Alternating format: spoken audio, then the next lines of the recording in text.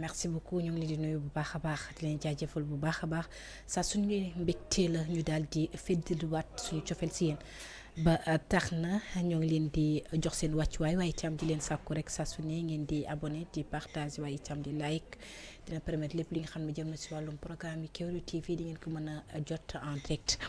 léegi tey nag jotaay bi ab entretien la ñu fas yéene waxtaanee li nga xam ne moo di ay licenciement yi nga xam ne nemmeeku nañ ko jamono ji partout si yenn société mais ni ki tey moom dañuy taxaw si li nga xam ne moom moo di licenciement yi nga xam ne xew na fële ca Grand Théâtre ba tax na ni ki tey fas yéene nañoo bokk jotaay bi ak kii di Abdourahmane Kanté moom moo jiite collectif des licenciés du Grand Théâtre maa ngi lay nuyu bu baax a baax Abdourahmane. soxna Binta maa ngi lay fay. maa ngi nuyu waa Kéwoulo bi yëpp. di nuyu personnel Grand Théâtre di nuyu Sénégalais ñu muy déglu. merci beaucoup Abdourahmane ñu daal di tàmbali waxtaan bi d'abord lan mooy problème bi lan moo waral licenciement yi ak aussi licenciement yooyu est-ce que waxtaanee nga ko seen biir. avant ñu leen di licencier. ok donc si affaire licenciement Grand Théâtre dama bëggoon andi ay leeral daal. parce que ñu wër dañu foogoon ni comme yeneen i cas la mais dama jàpp ni cas Grand Théâtre ak yeneen i cas xëy na dañoo xaw a wute tuuti. parce que la wute boo gisee ma ne dañoo xaw a wuute. parce que yii ni c'est des cas de CDI xëy na feneen am na ay CDD mais ñun ñi nga xamante ni ils sont licenciés ce ne sont que des cas de CDI.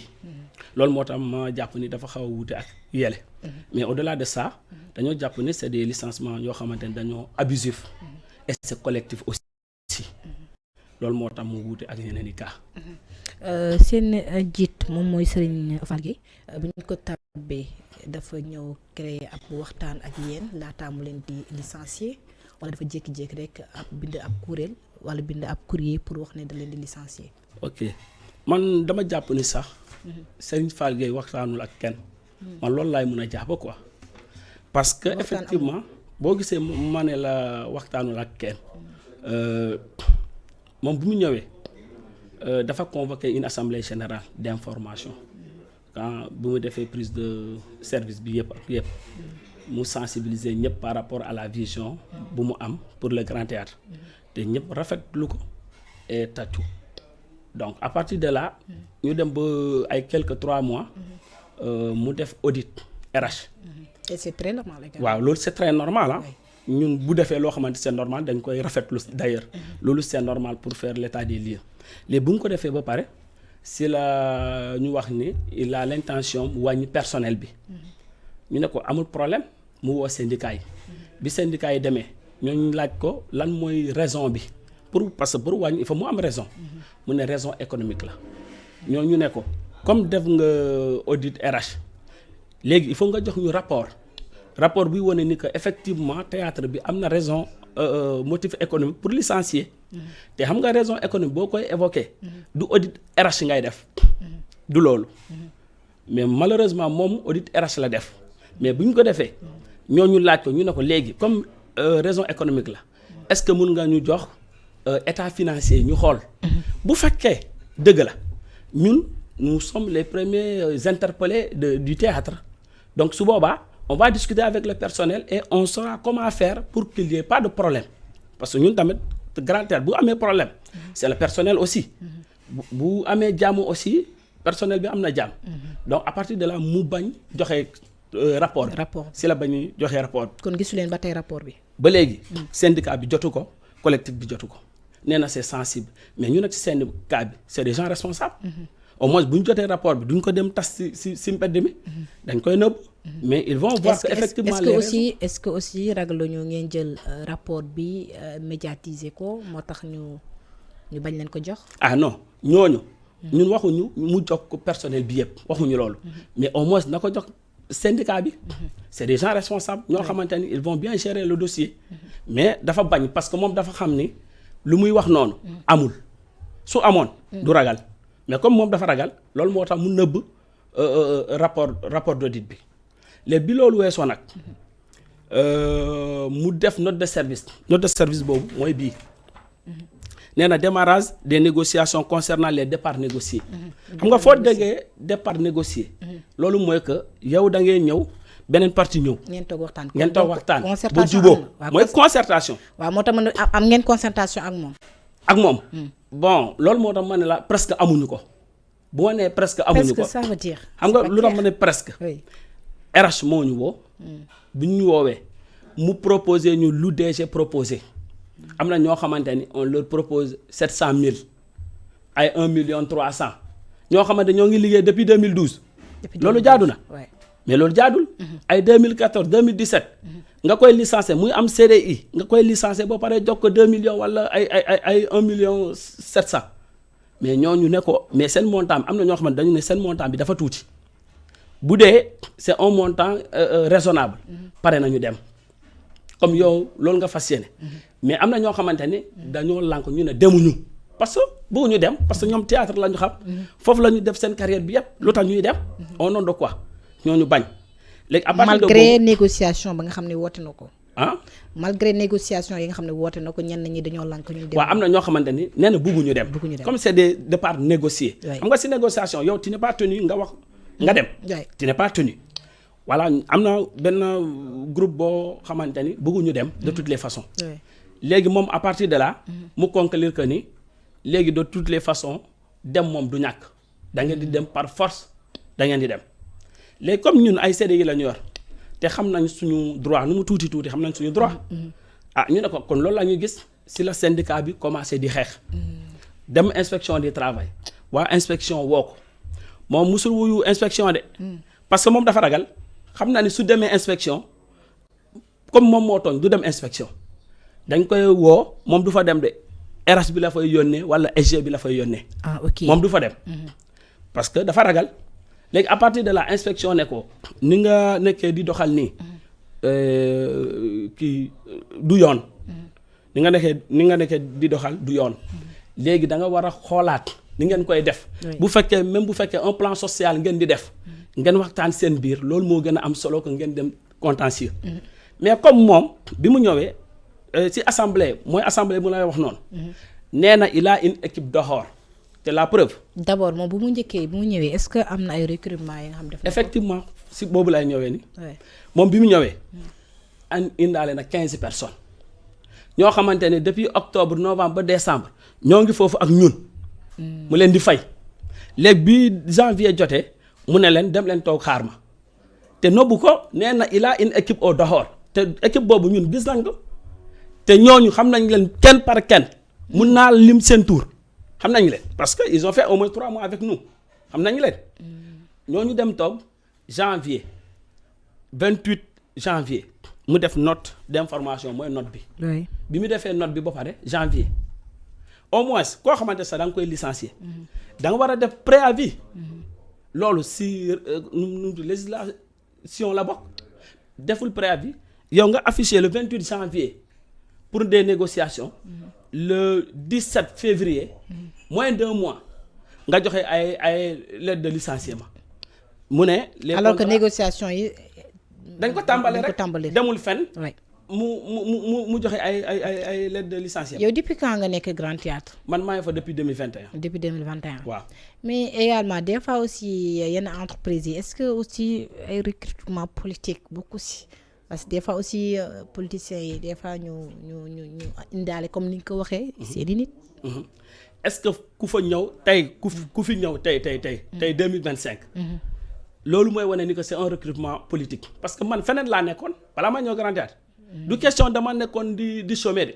chômer wu ma fen man feneen laa nekkoon ñu woo ma ñëw Grand Théâtre donc ça man ko boobu ça c'est pas un recrutement politique ñeneen ñi tamit noonu mais ñi nga xam ne ñoo ngi fa depuis 2012 depuis 2014 yow nga ñëw tey nga ne ñooñu c'est des recrutements politiques même bu fekkee ñooñu c'est des recrutements politiques yow 15 personnes ñi nga indaale ñooñu lan la ils ont fait un concours pour arriver mais c'est pas un concours yow ngay def recrutement politique ba pare di naan ñii c'est des recrutements politiques te loolu jotewul dara ak politique parce que koo xamante il a fait toute sa carrière dans une boîte yow nga ñëw tey nga ne c'est des recrutements politiques te lu gën a grave moo wax la quoi Serigne Fall Gueye moom laa gis un directeur général qui prend un garde-corps aux frais du Grand Théâtre moom mu recruter un garde-corps. koo xamante ne Grand Théâtre moo koy fay. te moom nee na amul xaalis. au même moment mu libéré sécurité ñu gérer suñu sécurité vigile yi. mu dàkk leen. te bi mu defee assemblée générale moom moo yëkkati 80 000. moom bu mu dàkkee ñi nga xam ne ñoom di seeni sécurité yi est-ce que wut na fa yeneen sécurité. waaw police bi muy fa. parce que moom balaa muy ñëw dafa fekk police bi ak suñu sécurité bi ñooy. kii yaante quoi ñooy alterner. voilà ñooy alterner quoi seen biir quoi di renforcer. mais malheureusement moom koo xamante ni yow nga fekk sécurité Grand Théâtre ñu jël ay nit ñuy sécuriser la boîte nga dàkk leen yow sa bopp dafa mel ni moom boppam moo ko gënal Grand Théâtre parce que bu dàkkee ñee jël un garde-corps koo xamante ne fu muy dem rek muy ànd ak moom mais moom sa sécurité vaut mieux que la sécurité du Grand Théâtre mais loolu mais policiers yaa ngi fa non. policiers yaa ngi fa waaw. exactement. mais sauf que policiers yi. ñoom si biti la ñuy sécuriser. yaa ngi comprendre bu fekkee am na ay événement comme Grand Théâtre ni nga xam ne dafa bëri ay nit bu fekkee événement am na. est-ce que police bi kese dina mën a sécuriser loolu yëpp. donc loolu moo tax sécurité bi day dugg si biir kii bi. pour renforcer la police. c'était ça. mais moom su ñëwee mu dàkk ñooñu. mais ce n'est pas parce que daf leen di dàkk nii parce que il n'a pas d'argent du loolu de. c'est parce que am na équipe bu nekk si biti. tout le problème c'est ça. donc yaa ngi revenir wala rejoindre samay kàddu ci li ma wax ay recrutement politique. ay recrutement non c'est pour moom lu muy def nii. loolu mooy recrutement politique bi. waay mais est-ce que aussi ñu fi nekkoon aussi amul woon ay recrutement politique. bon comme am na ñoo xamante bi ñu leen di recruter. man fekkewu ma ko. ñooñu ñoo ngi fii depuis 2012. mais bu fekkee un recrutement politique la sax. bu fekkee régime bi daanu nii moo leen di recruter sax. mun ngaa wax ni que dañoo yàkkamte pour dem jëli seen ay nit. mais demeewul noonu. ku fi nekk yow balaa régime boobu nga dàkk ko nga ne c'est un recrutement politique. finalement on comprend pas. en tout cas mbir mi nii la. moom dafa jàpp ni c'est un recrutement moom moo bëgg a politiser affaire bi mais la chose c'est pas ça. te moom moo ñu wax ci assemblée générale nee na. moom dafa jot ndigal de ses supérieurs nee na d'ailleurs bu ñu dàkkee les avocats auront du travail mu wax ko en pleine assemblée générale devant 50 personnes. ou plus kon dafa bëgg a wax ni dafa am ku nekk derrière lui. très bien loolu la pour jàppale ko pour mu. très bien dàkk ñi nga xam ne ñoo fa nekk. non jàppoo ma ko de moom moo ko wax. moom si boobu moo wax loolu. du question man maa ko jàpp de mais moom moo ko wax. ok noonu la demee kon saa moon ko moom dafa jote ndigal pour dàkk ñu andi ñeneen ni te dañoo jàpp ne ñun ay sénégalais lañu de toutes les façons. c'est pas du tout normal parce que am ngeen CDI. am nañu CDI. visé par l'inspection du travail CDD la ñu wax ne peut-être contrat bi moo jeex. mais CDI contrat yaa ngi fii su la neexee comme c'est des données personnelles sinon ma teg ko ci caméra ñëpp gis ko. mais comme c'est des données personnelles. mais je te montre ça après. je te montre les contrats en bonne et due forme. yoo xamante ni c'est pas des CDD c'est des CDI. voilà am na échantillon bu fi nekk bii mën nga ko xool.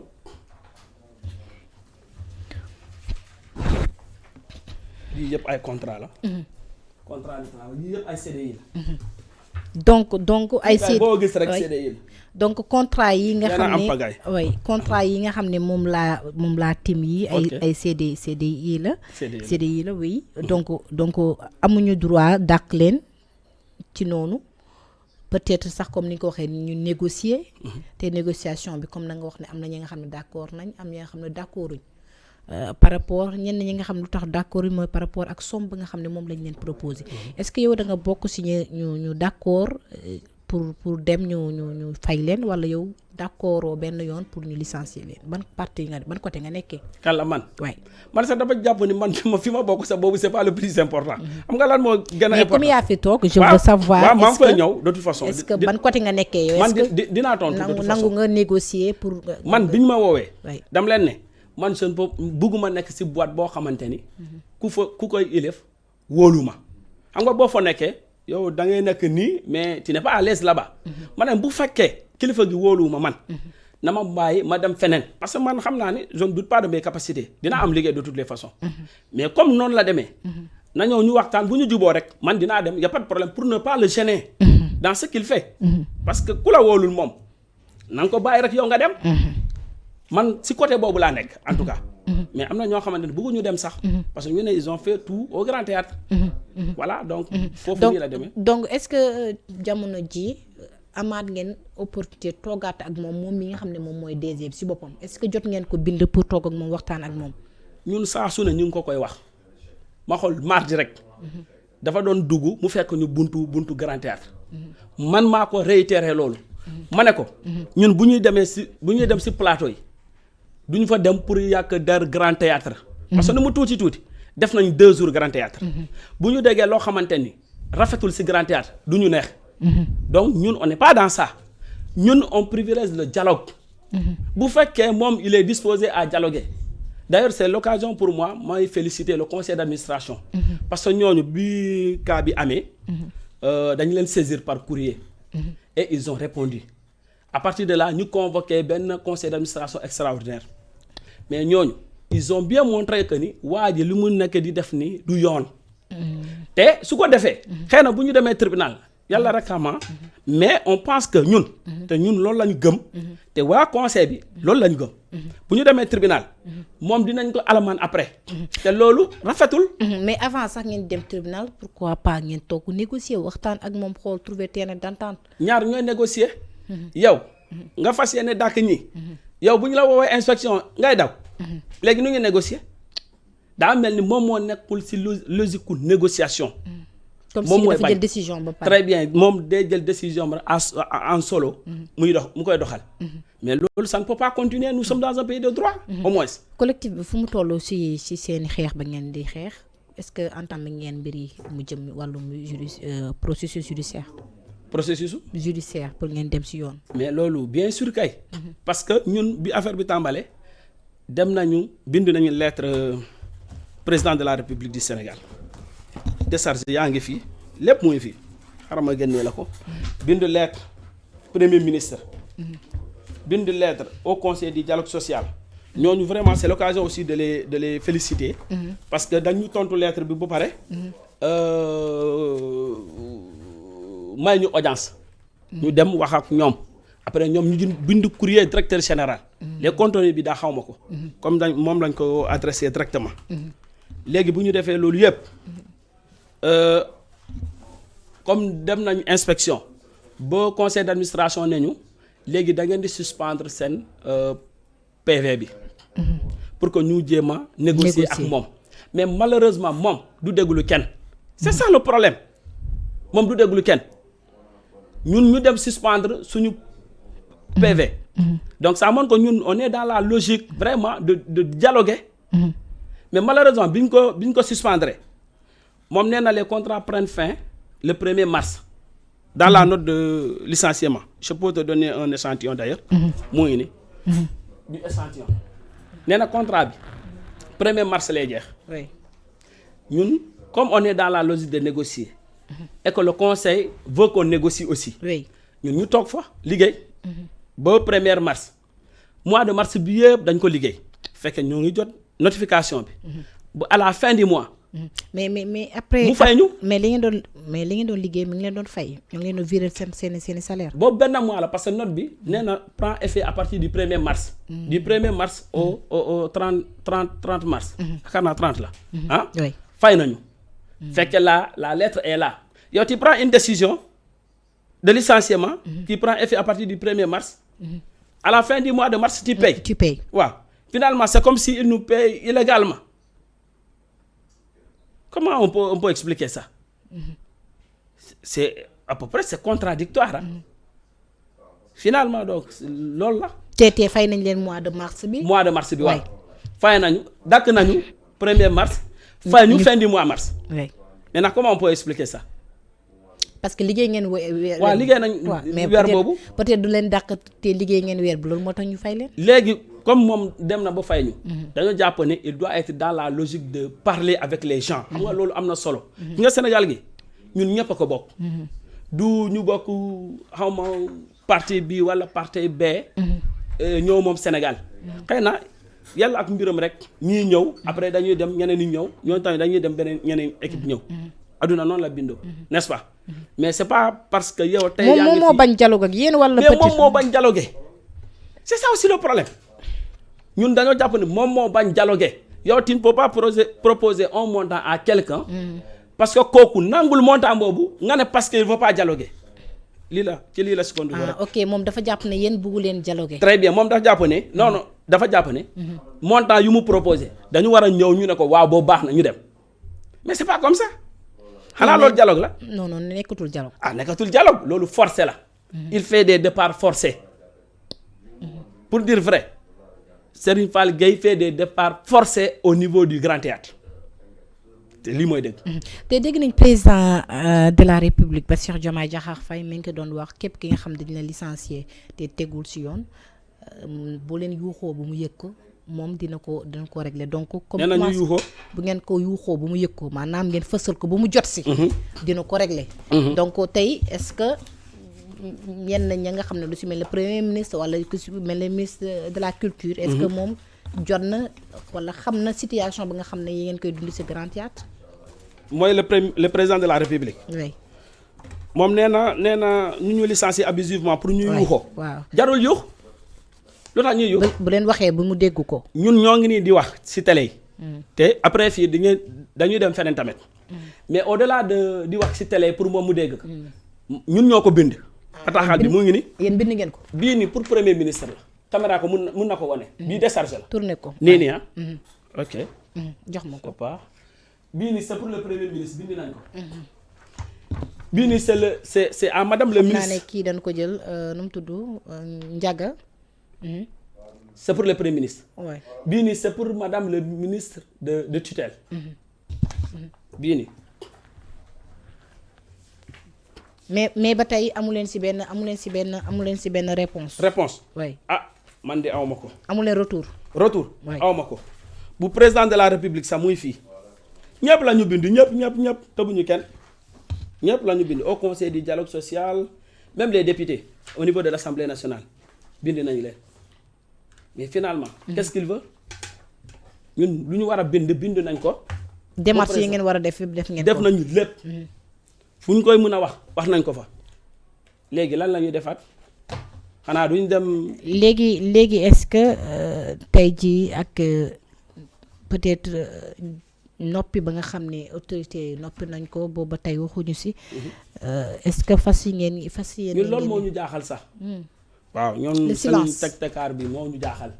parce que yow doo mun a nekk. Une autorité dans un pays normal. nga ne yëgoo lu xew. mais ñu bind la bataaxal. bu am décharge. kooku yëg na ko. ou bien. oui. mais au-delà de tout ça bindu nañ ministre bi premier ministre le président de la République les députés. mais sañu ñu wax ni dégguñu ko. député yi ñoom bind nga leen aussi. waaw Guy Marius Sagna bindu naa ko. Ayib Daffé bindu naa ko. c'est pour les prendre à témoin. parce que ñooñu. mais au-delà de ñooñu sax j'ai écrit à des députés de l'opposition parce que dañoo jàpp ne par exemple bu fekkee c'est des députés de l'opposition qui en parlent dañ koy politiser après dañuy naan parce que seen partisans yi lañu loolu moo tax mais loolu moo tax ñu bind aux députés du parti au pouvoir mais pour ñoom ñu xam ni vraiment lii la mais malheureusement ñooñu sauf Guy Marius Sagna je le félicite au passage moom au moins on a eu à échanger. mais Ayib il n'a jamais répondu à un petit message loolu c'est pas normal. En tant que député du peuple. C'est pas normal. Très bien par rapport ak mbir mi yoon bi jot ngeen ci yóbbu mbir yi ci yoon wala. waa ci yoon parce que judiciaire bi. moom bi mu demee ba jël décision. Interdire ñu l'accès au Grand Théâtre. Oui. Via les policiers. Actuellement dañ leen tere. nii depuis lundi oui. depuis lundi. waay ñun les licenciés là amuñu accès au Grand Théâtre. combien de personnes ñi nga xam ne dañ leen licencier. ñaata ngeen 24 ngeen toll. 24 waaw. ok 24 léegi jamono ji di leen interdire ngeen. waaw dugg dañu si interdire dugg sax.